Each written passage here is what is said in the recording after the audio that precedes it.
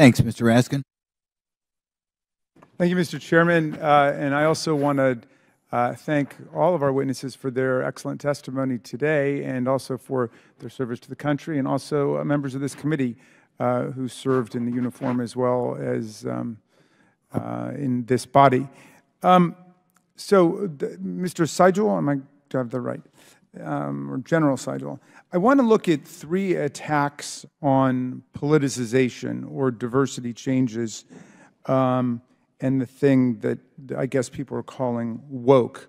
I want to start with women in the military, and of course, women were systematically excluded from the military for a long time, and there's a huge struggle about that.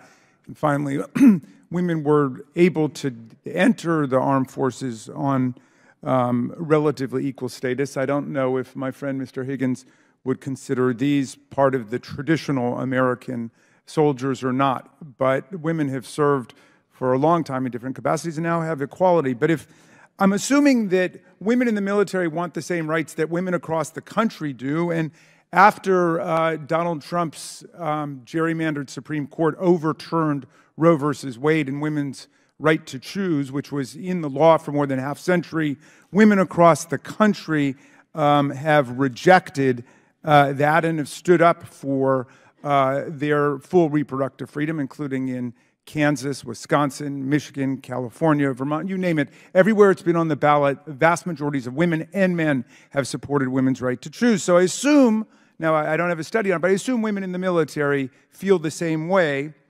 and that they would want to maintain their right to choose their own reproductive health care. Now, Senator Tuberville interfered with hundreds and hundreds of military promotions for many, many months in order to stop women in the military from having their complete full access to reproductive choice and to health care. Now, who do you think is politicizing the military?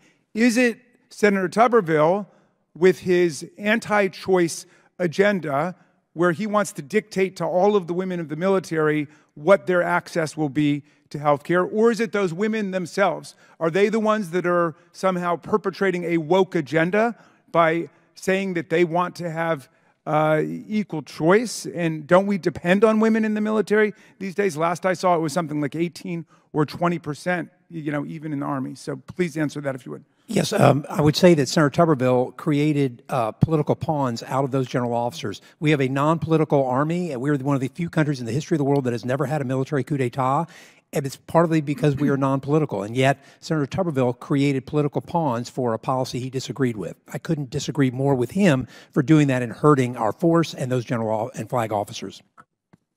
The military also depends on lots of African Americans, Hispanic Americans, Asian Americans. That's just a reality. You might love it, you might hate it, you might be ambivalent about it, you might just accept it. But in any event, that's the reality, as I understand it.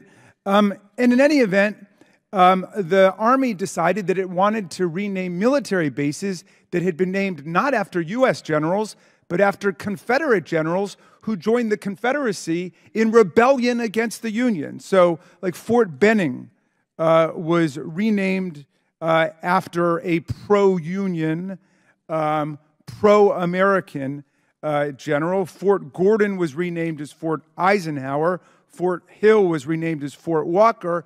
And yet, I take it this is part of the big anti-woke arraignment and indictment of the military, that we have renamed military bases after pro-Union, pro-American soldiers, generals, people who've been loyal and faithful to the Union, as opposed to those who have opposed the Union and took up arms against the Union in traitorous insurrection. Now, who's politicizing this question? Is it the people who go along with the Army's decision to say that's who our bases should be named after, pro-Americans, or the people who are wanting to stick to the old Confederate battle names. And I'd like you to address that. And also, Mr. Lohmeyer, I think you've taken the position against changing the names. Yeah. Well, remember that the names were changed, Congressman, because this body voted overwhelmingly, overrode the veto of President Trump to create the naming commission, of which I served as vice chair. It was my proudest moment to rename those after true American heroes and not those who chose treason to preserve slavery. Thank you. And do you agree with that, Mr. Lohmeyer? I'll say that it's my view that Secretary of Defense Lloyd Austin has politicized the military. As soon as the Supreme Court decision was made, he issued a policy memorandum blaming the Supreme Court's decision to reverse Roe v. Wade on the recruitment of But I'm asking about the naming. I'm asking about the I'm naming of our military bases. If you don't want to address it, say you don't want to answer it. Yeah, but I understand you take I walked Black Lives Matter Plaza yesterday with a Chinese American. Yeah, I didn't ask you about that. No, I'm answering your question. Excuse me. Yeah. And she advocated. Is it okay, Mr. Chairman, if we go over here? Because for leaving those the witness signs wants to no, I'd like to answer more than yes or no we questions. can let him answer the question. Yeah, I can let him answer, because I wasn't quite done yet, but now he's occupying my time. If you want him to answer it, that's fine. So yes, about the renaming of the bases after pro-union, pro-American generals. Thank you, Mr. Raskin. I'd like to answer that question in more than just a yes or no format. Okay. I walked the Black Lives Matter Plaza yesterday with Xi Van Fleet, Chinese Maoist Cultural Revolution survivor, and I had an interesting conversation with her in which she advocated, I'd never thought about this before. And by the way, I don't address this topic in my book. I wrote about Marxist critical race theory. She said, I'd recommend that once we defeat wokeism, we leave all of the Black Lives Matter paint on the ground and the signs naming the streets. I asked her why. She says, because it's a reminder that once here on the north side of the White House, we had a woke revolution, a Marxist revolution take place, and I agree with that. It's a reminder that there has been such divisive conflict in this enemy before that people were willing to use violent force to hurt one another. I have no problem with the general's efforts. If I understand you correctly, I'm trying to torture out an answer, but what you're saying is that we should have army bases named after Confederate generals or Nazi generals, people we've defeated in war. Is that right? I'm not willing to let you put words in my mouth. We're about 2 minutes over here, so we're just going to let Mr. Lohmeyer finish, and that's it. So my point is, this is not an issue in which I've actively been involved. The renaming of bases. I wrote a book about Marxist DEI, Marxist critical race theory. That's my expertise. I have no personal issue with the fact that this gentleman to my left, who honorably served his country, has been a part of a commission to do that. I have personal opinions about why it's wrong-headed and a part of an ideological push, but this is not my issue. You would not have renamed them, in other words? Well, we're point of order. 2.5 minutes That's not something I ever focused on. All right, I think I got my answer, Mr. Chairman. I'll yield back to you. Go for Mr. Biggs. Thank you, Mr. Chairman. I appreciate the witnesses being here today. So, Mr. Lohmeyer, when we look at some of the things that have been said by the gentleman to your left, and don't think I can pronounce your name. I want to pronounce it right. Sidgley. Mr. Sidgley, yes, thank you. And I've read your testimony. I'm interested to know your reaction to his positions with regard to the diversification of the military. Sure. And DEI. Thank you. One point that the general made with which I disagree is that diversity is our strength. I don't think there's any evidence for that, but definitions matter. Words matter, and we're losing touch with this. I would reject the notion that diversity is our strength based on DEI definitions of diversity, equity, and inclusion. Merit-based, okay, I'm going to get away from that because if we're trying to find a unity of understanding, let me say this. Skill and performance matter in the military if you'd like to deter conflict and win our nation's wars, period. As a commander in the military, I had a black colonel fly across the country to promote me to lieutenant colonel because I love the hell out of the guy and respect his views on the Federalist Papers, which he was teaching me after work hours, and because he was the best leader I've ever worked with. The best airman that I had working for me, incidentally, was a transgender airman. So don't bullshit me and say that you think you know what you're talking about. You've never served. You don't understand how this works. We care about performance in the military, period. You don't know what you're talking about. Most of the people in this room don't know what they're talking about. We need lethality in the military, period. All of the stuff you guys talk about, the men and women in uniform don't think about. They go play Call of Duty at night after they learn their mission and execute that mission, period. They don't know what you're talking about. They don't know what you're voting on. They don't care about your sexual preference. They don't care what you look like, and they don't care what the person next to them looks like, period. I'm a citizen of this country, and I can dislike you and criticize you all I want here, but our men and women in uniform cannot. And so I speak on their behalf when I say lethality matters, merit-based selection and promotions matter, and your ideology doesn't matter one bit. And we need to identify principles which will preserve our union and preserve the unity of the United States military. If we do not, we'll lose that union. And it's my contest. Whatever Truman did decades ago, you ask your average military service member when Truman was the President of the United States, they can't even tell you. But my point is, they're focused on what's happened since the George Floyd riots. There are things that have happened in the last 3 years in our military that we're up here to testify about, not the things that happened 60 years ago. We're great today because of what we've done for the last half century in the fighting of the Cold War. And Mr. Lohmeyer, what has happened in the last 3 years that has caused lethality to deteriorate in the military? There's been an overt politicization of the military workplace and the forcing of trainings that are anti-American, that criticize our founders, that allege that white supremacy is a problem within the military ranks, which has never been proven, and all of that rhetoric that occurred once Secretary of Defense Lloyd Austin took office led to a bunch of moaning and bitching and complaining behind closed doors of our service members, and I heard it as a commander. And so I wrote a formal written IG complaint about it that was dismissed by senior leaders because they were afraid of the political and racial climate that we've created in this country. And so they were afraid to hold one another accountable for their politics. Senior leaders. So they're not held accountable for their political worldview, but young people will be held accountable. I'm living evidence and a living example of the fact that the diversity initiatives are discriminatory. I was kicked out for saying I'd like to depoliticize the workplace, not for advocating for Republicanism, or excuse me, small r, Republican, not for advocating for Republican candidates, not for criticizing Democrat candidates. I never publicly advocated for anyone politically, but I was forced out because of viewpoint discrimination. Diversity initiatives are discriminatory, and inclusion initiatives are exclusive of my viewpoint. So, and so I'm living evidence that the politicization of the military workplace in the past several years is discriminatory, and it discriminates specifically against conservatism and Christianity, period. Mr. Chairman, I want to submit for the record something called Declaration of Military Accountability, an open letter to the American people from signatories of the Declaration of Military Accountability into the record. So entered. And then I apologize. I actually had questions for Mr. Thibault and Mr. Sessley as well, but we've run out of time, and I don't think I'm going to get that additional 2.5 minutes that the ranking member got. So I'll yield back. Mr. Lynch. Thank you, Mr. Chairman. General Sajuli, first of all, thank you all for your service to our country. Really do appreciate it. The ranking member for his 5 minutes. Thank you, Madam Chair. Mr. Brown, why haven't you responded to our November 1st letter? Congressman, I'm not sure what letter you're referring to. The letter signed by 19 Republicans, all 19 Republicans on the House Judiciary Committee regarding the school board's issue.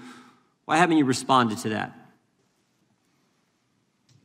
I believe, Congressman, that the department provided a response, but you know, as I said earlier, we did follow the AG's memorandum to convene such a meeting. The department did not provide a response. I'm just the letter is addressed to the Honorable Nicholas W. Brown, U.S. Attorney, Western District of Washington, 700 Stewart Street, Suite 5220, Seattle, Washington, 98101. Is that your address?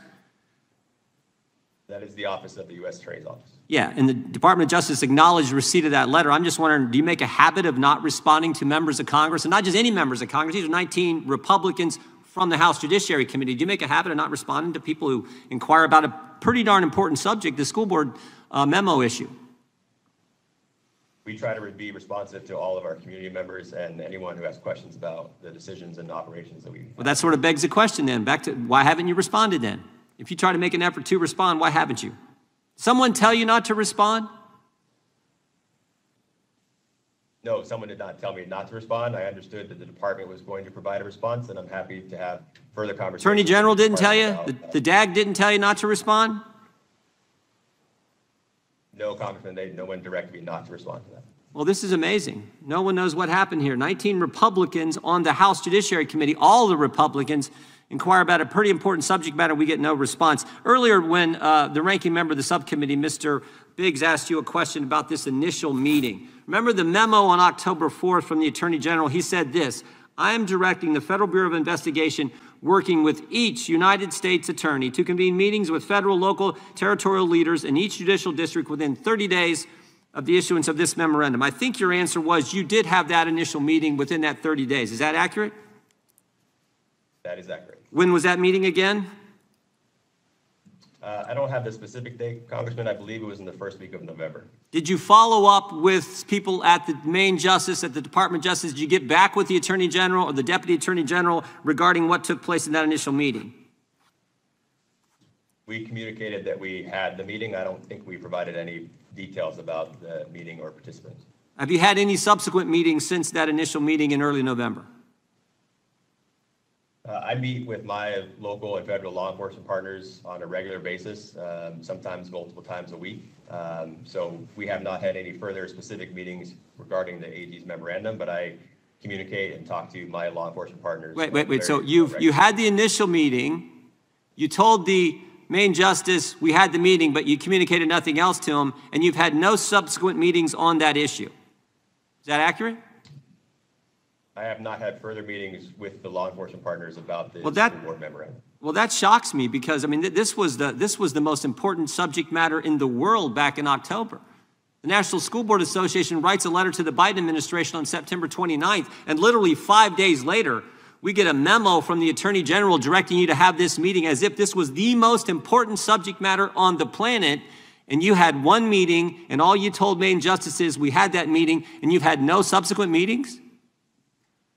Congressman, it certainly was not the most important issue for me as the United States Attorney. Sure was here in this town. Sure was in the state of Virginia. Well, I can only speak for me and my district and our priorities, and addressing school board issues was not the most important issue facing my district as United Well, let me just read the first sentence in the memo that went to you and the director of the FBI. The very first sentence in the October 4th memo from the Attorney General says, in recent months, there has been a disturbing spike in harassment, intimidation, and threats of violence against school administrators, board members, teachers, and staff. Have you prosecuted anyone in the last 5 months for threats of violence, harassment, or intimidation of school board members, administrators, teachers, and staff? No, we have not brought any such cases in my district. No prosecutions, no subsequent meetings, no communication with DOJ, but we were told this was the most important thing in history just a few months ago. You make any recommendations to DOJ about what should happen regarding this school board's issue? I did not, Congressman. Okay. Any people and any individuals you know have a threat tag associated with their name? We got this email communication that went out to FBI agents around the country, and it says, as a result of the Attorney General's memo, the Counterterrorism Division and Criminal Divisions created a threat tag to track instances of threats. Do you know about any threat tags put on parents or any individuals in your the Western District of Washington State? I'm not aware of any such tags. Gentleman's time has expired.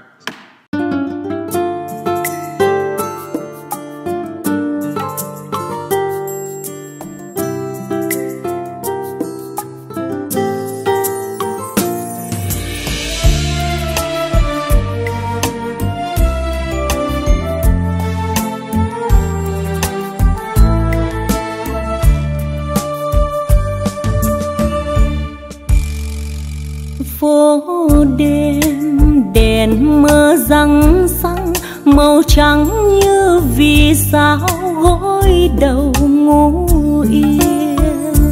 Phố đêm nhiều lần suy tư, ghi nhớ còn trong đời những ngày thương tích lớn.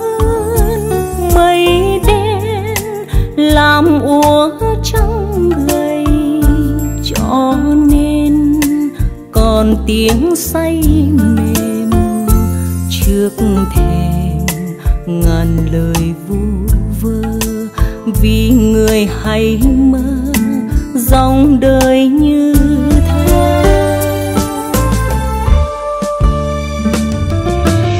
Nhớ ngày nào nắng ngủ trên cây, tường lá vàng úa tàn, mây bơ vơ bay khắp nẻo vô tình cho người yêu ước mơ. Người đi khai phá nét kiêu sa, tuy lính chiến xa nhà mà vẫn luôn yêu đời, bằng câu ca tiếng cười tìm vui trong giấc mơ, dù bâng khuâng chữ ngờ. Phố đêm lạc loài hương yêu, chìm đắm như hàng cây giá lạnh ướt mềm. Phố đêm chờ người phong sương, chinh chiến từ lâu rồi, có niềm riêng hay ước cho tôi 10 ngón thiên thần, cho tôi 10 ngón thiên thần, để rồi dìu người tôi yêu, dìu người không yêu và người chưa yêu.